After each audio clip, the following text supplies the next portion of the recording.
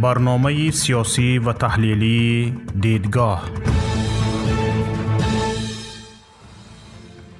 السلام علیکم تماشابینان گرامی، برنامه تحلیلی دیدگاه است و شوکت محمد با شما هستم. امروز در برنامه ما درباره قضیه واروخ و بازداشت عزت امان صحبت میکنیم. یک باره در دو موضوع، نه هر دو یک موضوع است و اما چی بستگی با هم دارند در دوام بررسی برنامه خواهید دانست. زمانی که ما پیش بینی کردیم صیمومین یتیموف رئیس کمیته دولتی امنیتی ملی تاجیکستان از ملاقات با همتای قرغزش قمچیبک تاشیف با زانه‌های لرزان خارج خواهد شد، رئیس کمیته دولتی امنیتی ملی همه گساله‌های فرمه جوابش را به پا خیزاند تا از او دفاع کنند. اما هرچی طرفداران و مخلصان از گشتگیری که در میدان به پشت زده است حمایت نمایند و شور و ولوله برپا کنند، به هر حال گفته روزها فسیارونا شکست خورده است و در چشم طرف مقابل حقیر و ضعیف و ناتوان است. طرف دیگر قمچیبک از پیروزی خود زانه های لرزان گنرال پالکوونیک صیمومین یتیموف روح بلند شده از موقع پیروزی حرف میزند و شرط های تحقیرآمیز میگذارد جانب تاجیکستان. طرف شکست خورده و ذلیل با گذشت چند روز هنوز جرأت نکرده است به تحقیر حریفش پاسخ دهد. چند روز شد قمچیبک تاشیف نشست مطبوعاتی برپا کرد؟ 3 یا 4 روز شد. حالا هم همتای تاجیکش از لرزیدن نمانده است، به دهانش گپ نمی بیاید. خیر اصلا به پشت زده چی پاسخی هم گفته میتواند؟ دمش گشتگی، نفسش گشتگی به پشت آن چنان خورده است که در حالی که میدوند آخر اگر پاسخ دهد سختتر و تحقیرآمیزتر به پشت خواهندش زد. همین طور نه؟ قمچیبک تاشیف در نشست مطبوعاتی روز 26 مارس، یعنی 4 روز قبل می شود، 3 روز قبل، هنگام شرح دادن نتیجه های مذاکرات گفت که قرغیزستان و تاجیکستان 2 پیشنهاد کرده است. اول سرحد جماعت واروخی اسفره را چین می کنند تا دیگر بزرگ نشود و قرغیزستان می تواند به این جماعت از حدود خود برای استفاده راه باز کند. دوم تاجیکستان واروخ را به قرغیزستان بدهد و بر عوض آن 12,000 گکتار زمین در دیگر نواحی ولایت بادکند بگیرد. به قول قمچیبک روی خط این موضع ها را هیئت تاجیکستان گرفته است ولی هنوز پاسخ خود را نداده است. تماشابینان گرامی، این پیشنهاد واروخ را بیته از دیگر زمینی بادکند بگیر، این پیشنهاد، من فکر میکنم این پیشنهاد نیست، این اولتیماتوم است. لیکن این اولتیماتوم قرغیزها چه معنی دارد؟ گوش کنید. قرغیزها خود را پیروز گفت و شنیدهای مرزی میدانند و به خود حق میدهند به جانب تاجیکستان اولتیماتوم مانند. هیچ گونه گفتگوی در مورد خطگذاری مرز نمی شود و آنچنان خطگذاری خواهد شد که قرغیزها میخواهند، یعنی تمام زمین های تا این دم ضبط کرده آنها در اختیارشان میماند. جانب تاجیکستان حق پیشنهاد گزینه ندارد. باید یکی از این 2 گزینه پیشنهاد کرده قرغیزها را تاجیکستان مجبور است انتخاب کند. خانه و در اموال واروخی ها هیچ قیمتی ندارد. تنها به عوض 12,000 گکتار زمین جماعت واروخ آنها می توانند همین مقدار زمین را در یکی از چول و بیابان های ولایت بادکند انتخاب کنند و از نو خانه و در سازند. حالا روی خط این چول بیابان ها پیشنهاد شده است. بزرگترین تحقیر هم همین است. توشیف گفت که جانب تاجیکستان روی خط چول های پیشنهاد کرده همسایه ها را گرفته است.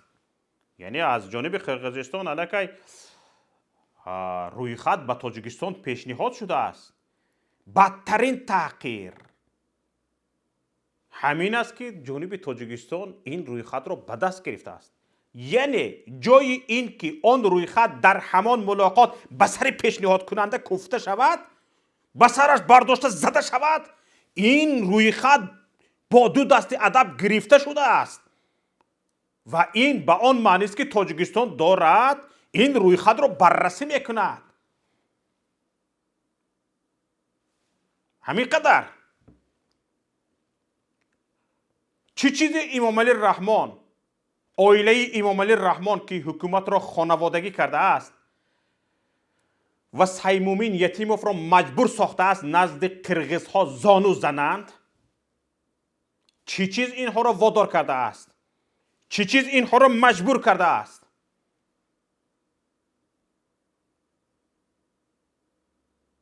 ببینید تماشاگران گرامی، از همین جا به بعد یتیموف را کنار میزنیم. یتیموف حالا برای حمایه کرسیش حاضر است نزد هر کسی دیگری هم زانو زند، چون میداند که در صورتی از وظیفه برکنار شدنش چند ماه طول نمیکشد که ترور یا روانه محبس می شود. گنرال های شرفمند وقتی دو انتخاب پیش آمد، خاری و ذلت یا مرگ، همیشه مرگ را انتخاب می کنند و تیر در پیشانی خود میزنند. تمام و سلام. چون شرف مندر را میشناسند. اما یتیم و رحیمزاده و میرزا و دیگر گنرال های تاجیک شرف را از مندر و ناموس را از رشوه فرق نمی کنند. به یتیموف هم امر شده بود نزد تاشیف زانو زند و یتیموف زانو زد. تمام. اما امام علی رحمان و خانواده اش اینها حاضرند همه گونه تحقیرها را تحمل میکنند، اما مناسبت با قرقیزستان را حفظ میکنند. در حاشیه مناسبتی که این خانواده یعنی خانواده امام علی رحمان با ایران کرد، پذیرش تحقیر قرقیزها واقعاً تعجب آور است. تعجب آور برای آنهایی که طبیعت این خانواده را نمیدانند. اما آنهایی که با خانواده رئیس جمهور آشنا هستند میدانند که مفهوم‌های مثل وطنداری، شرف، ناموس، آبرو و عزت و کرامت انسانی بیگانه است و تنها مقدسات آنها پول حکومت است، یعنی منصب. قرقیزها چرا اینقدر صدایشان بلند است؟ چرا اینقدر کروت گپ زده ایستادند؟ برای آنکه طبیعت این خانواده را شناختند و محض به همان نقطه ضعف آنها فشار آورده ایستادند.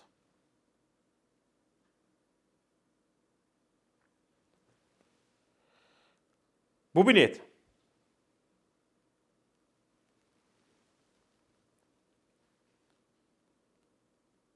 توشیف در نشست مطبوعاتیش گفت که تا زمان حل شدن مسائل مرزی قاچاق از دو سو باز داشته می شود. گفت که حالا به تاجیکستان حتی 1 لیتر مواد سوخت نمیگذرد. نمیمونیم گذشتن. از تاجیکستان هم محصولات وارد نمی شود. نمیمونیم وارد شدن. بعد از حل مسائل مرزی سبکی ها می شود. کار را آغاز میکنیم. ببینید این چه خیلی التیماتوم است. یعنی آنها زورند، ما حقیر و ناتواند، به ما شرط و شرایط میمونن و ما باید با آن شرط و شرایط راضی شویم تا این 1 لیتر مواد سوخت نمیگذارد.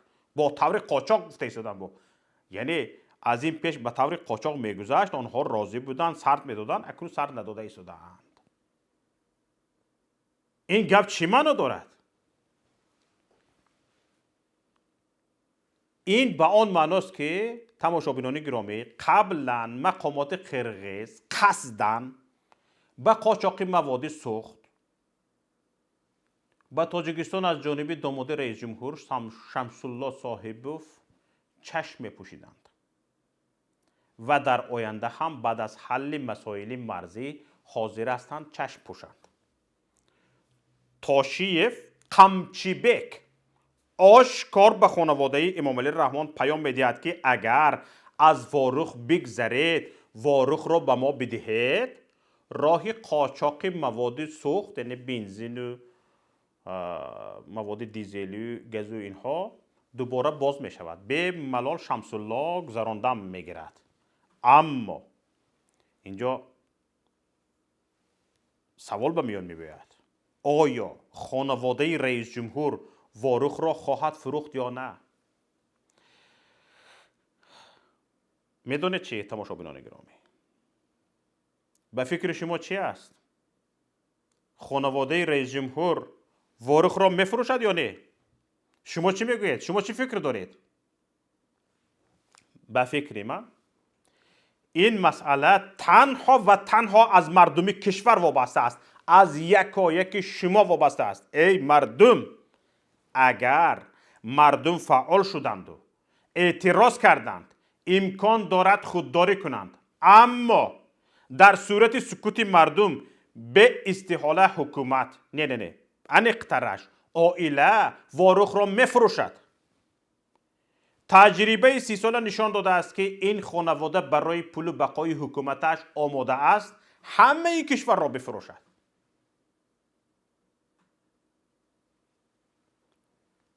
انا بعد حالا من راضی نیستم یک ذره خاک واروخ به قرقیز داده شود، یک ذره چنگ پای واروخی به طرف قرقیز گذرد، راضی نیستم. چنگ پای واروخی. اما این مردم، به دست قرقیز ها گذشتن واروخ تنها از دست دادن قسمی از زمین کشور نیست. این را بدانید، در واروخ سرگه آب دریاچه اسفره قرار دارد که ناحیه های اسفره و کنیبادام را شاداب می کند. در صورت به دست قرقیز ها گذشتن سرگه آب، دو ناحیه تاجیکستان به لطف قرقیز ها محتاج خواهد شد. گردنکج قرقیز ها می شود. دو ناحیه لب تشنه می ماند.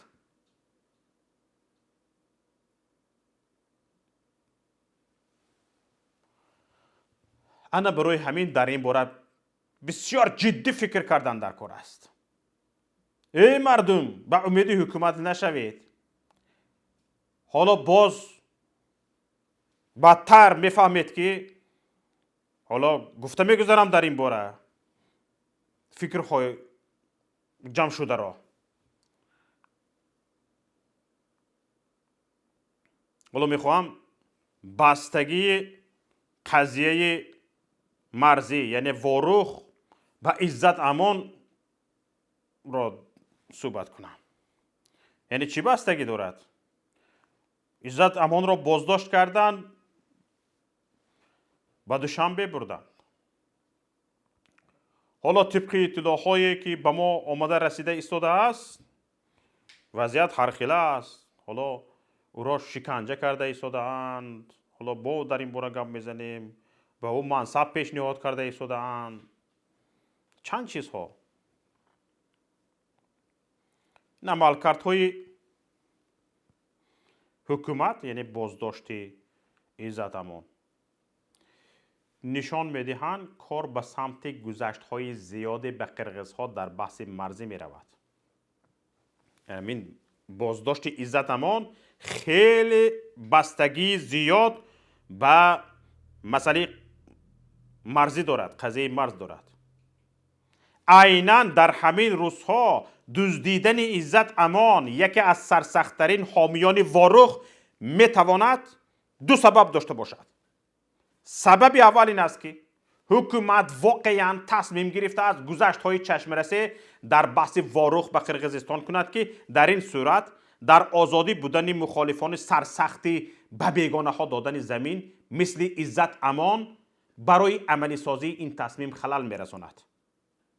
از طرف دیگر مهاجران از گذشت به قرقیز در غضب خواهند شد. اما اگر راهنمای مثل عزت را از دست دهند، غضبشان حد اکثر با شبکه‌های اجتماعی محدود می شود. عزت چی؟ عزت باشد می توانست آنها را به عملکردهای بیشتری تحریک دهد. همین طور می شد یا نه؟ همین طور می شد. سبب دوم، به سمت دیگر بردن ذهن مردم است. یعنی با بازداشت عزت امان بیشتری مهاجران که حالا بزرگترین گروه اعتراضگر هستند مشغول قضیه عزت امان شدند. در چنین حالتی مشغول بودن ذهن مردم می شود کارهایی را دور از نظر آنها انجام داد.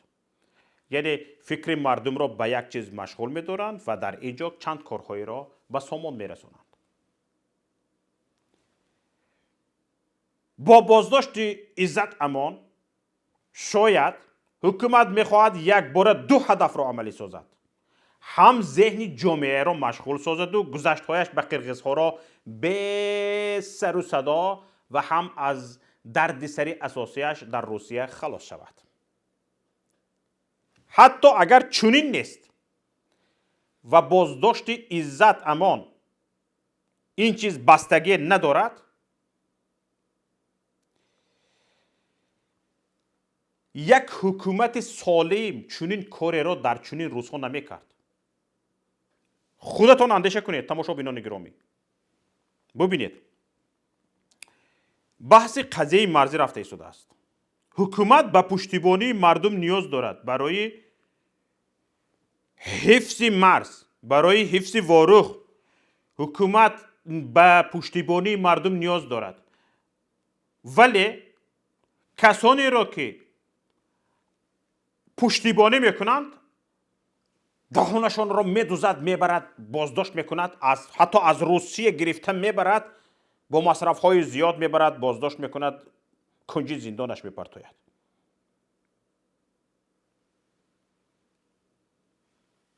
حالا ببینید عزت امان میبود هیچ نه، یک سر و صدا میبرداشت،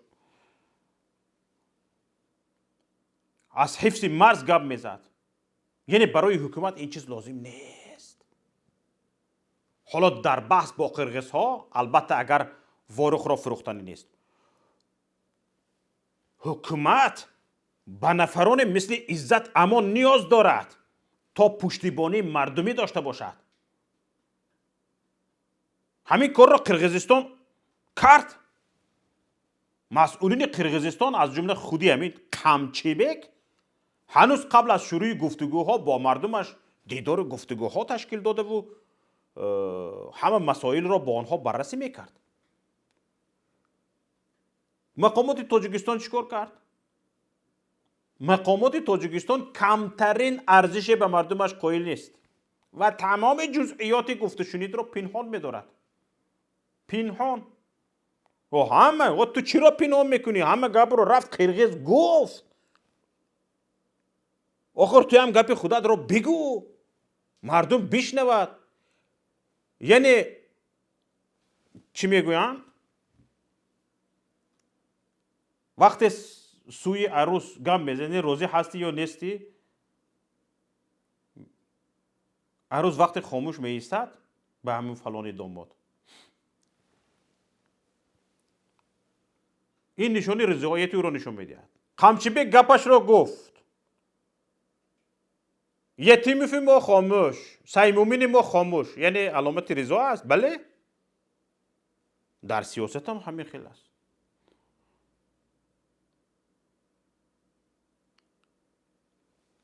حالا ببینید این حالا دمش نمی براید، حالا بدنش از لرزه نمونده است، گونگ شده رفته است. وقتی از این خنک نظریش ما انتقاد کردیم، چند تحلیلگری درباره مثل عبدالله راهنما میبرایند میگویند مذاکرات مرزی باید خصوصیت کامل پوشیده داشته باشد و هیچ جانب باید تا رسیدن توافق نهایی و امضای سازشنامه رسمی جزئیات آن را افشا نکند. همین قرقیزها به این قاعده بافته عبدالله راهنما توف کردند.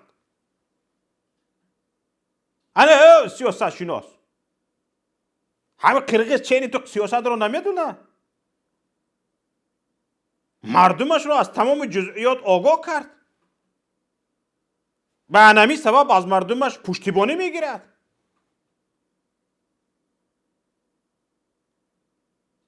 ها سیاست شناس، با من سیاست شناس، همچون سیاست شناس، همچون سیاست دان گپ میزنید. خیلی میفهمیم شما را. حالتان رو میدونیم در چه حال هستید. حالا نمیدونم یک چرخ فلک گردش کند با جایش آمده ایستد، شما خیلی این گپ های خود را درست میکنید، بعد شرم نداشته. من به این حیران میشم. بعد این سیاست های شما، سیاست شناسی های شما تغییر میکند، چیکار میکند؟ امام رحمان که دائمی در او کرسی ماندنی نیست، امروز فردا میرود، سیمومین یتیم فهم میرود، لیکن این گفتگی های شما همچون سیاستدان و سیاست شناس میماند. چیکار میکنید؟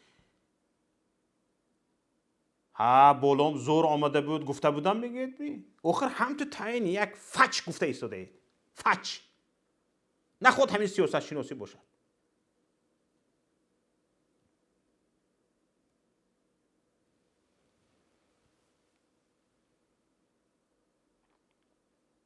ببینید تماشاگران گرامی، امروز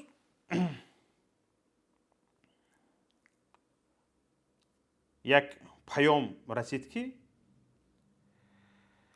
عزت امان را در بیمارخانه قره‌بالا یک نفر واخورده است.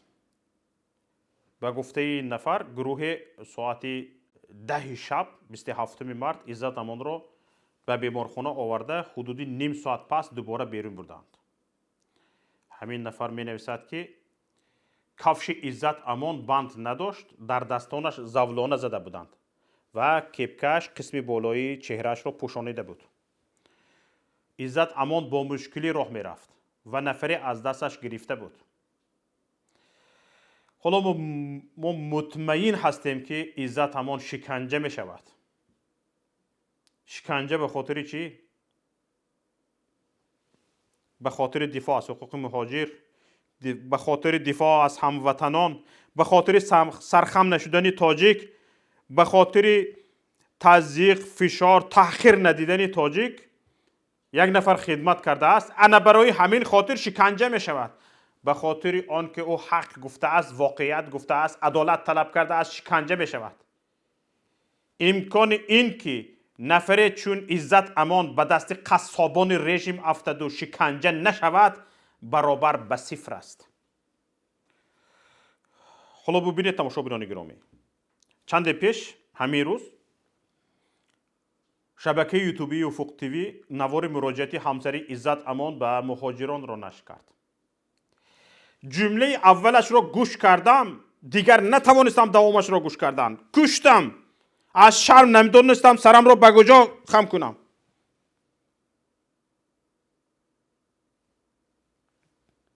همسری رهبر مرکزی تاجیکان عزت امان از دستگیری تاجیکان به خصوص مهاجرانی که کار عزت تنها دستگیری آنها بود ناامید شده است. من آینه عزت امان هستم. من به شما خلق مهاجر چی گفتنیم؟ حیف شما، حیف. نخود که عزت امان گفته میخستید ما با تویم، ما تو رو تنها نمیگذاریم، ما با تویم و پیش همین قدر ایزد امون نزد شما. وقتی که یک تا پرابلم میشد، یک بیماری میشد، یک مرده میشد، میافتید ایزد امونه و یک تا بود. لیکن شما 2 میلیونید، برای چی نمیخیزید؟ برای چی اقلا 100 کس شده از سفارت نرفتید؟ از او طرف نکردید، از او دفاع نکردید؟ برای چی؟ برای چی اینقدر شما بیناموس ترسو هستید؟ تماشا بینانی عزیز، امروز با من یک نفر از شعبه وزارت کارهای داخلی ناحیه سینا خود را کارمند همین شعبه معرفی کرده، نوشت که عزت الله خالف در شعبه وزارت کارهای داخلی ناحیه سینای شهر دوشنبه قرار دارد. خیر، من باور نکردم که این آدم کارمند این شعبه باشد و این خبر را به ما بدهد، لیکن از جهت از طرز خبر را فرستادنش مثلا گفت که عزت الله یک سطر، خالف یک سطر، در شعبه یک سطر، ناحیه سینا گفته، همین خیلی قطار کرده نوشته فرامد. این شکلی چی است؟ یعنی با پراکنده گسیل کردن این اینفورماسیون برای افشا نشدنش کوشش کردگی که افشا نشود، شاید می شود که باور کرد. ما کوشش میکنیم این خبر را توسط منبع های خودمان تفتیش کنیم، چون این آدم ناشناس بود، خودش را کارمند همینجا معرفی کرد. خیر، از طرف دیگر می شود باور کرد شخصانی با ایمان، شخصانی وطن دوست، شخصانی که نمیخواهند این گونه ملت فشار آورده شود به سر ملت، این گونه ملت شکنجه شود، نخبگان ملت به این گونه تأخیر روبرو شوند. هستند کسانی که این رو نمیخواهند. ببینید ای مردم، تماشابینان عزیز، هموطنان گرامی، خاموشی سراسری مردم به این دسته جنایتکار جسارت داده است مردان دلاور و آزادیخواه این ملت را دانه دانه شکار و ترور نمایند. از مهاجران گرفتن کرامت شریفوف سر آنها را خمتر کرد، گرفتن عزت امان میانشان را خمتر خواهد کرد. باور ندارید؟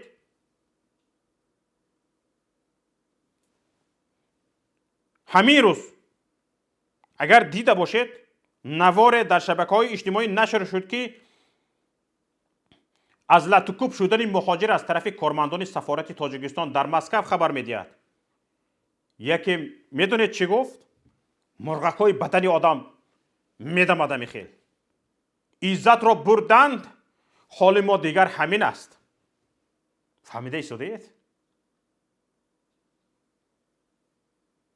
در حالی که مقامات تاجیکستان نزد قرقیزها زانو زدند، کوشش میکنند مردم خود را به زانو درآورند تا نتواند نه تنها از حقوقها بلکه از زمین خود نیز دفاع کردن نتوانند، تا اینکه خودشان زمین کشور را به هر کسی خواستند فروشند. امام علی رحمان برای قرضهایش به چین، به خیتای قسمتی از بدخشان را تحفه کرد. اکنون چی؟ شمس الله صایبوف برای ادامه قاچاق مواد سوخت وارخ را به قرقیزستان میدهد. برای این هیچ کس دم نزدنش در کار. زبان همه در داخل دهانها بسته و دوخته باید باشد، وگرنه اینها این کار را کرده نمیتوانند.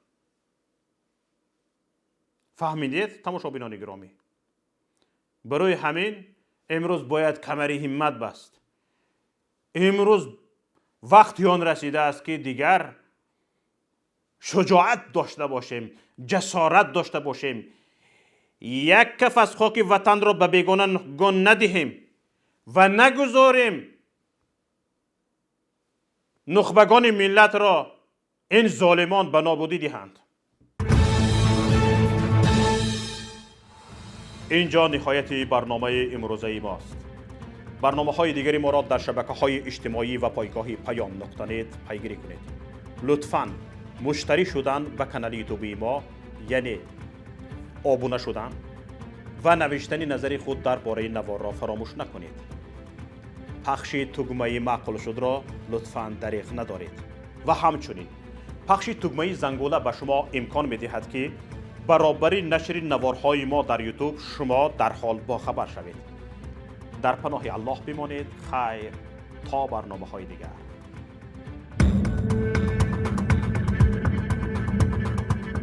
برنامه سیاسی و تحلیلی دیدگاه.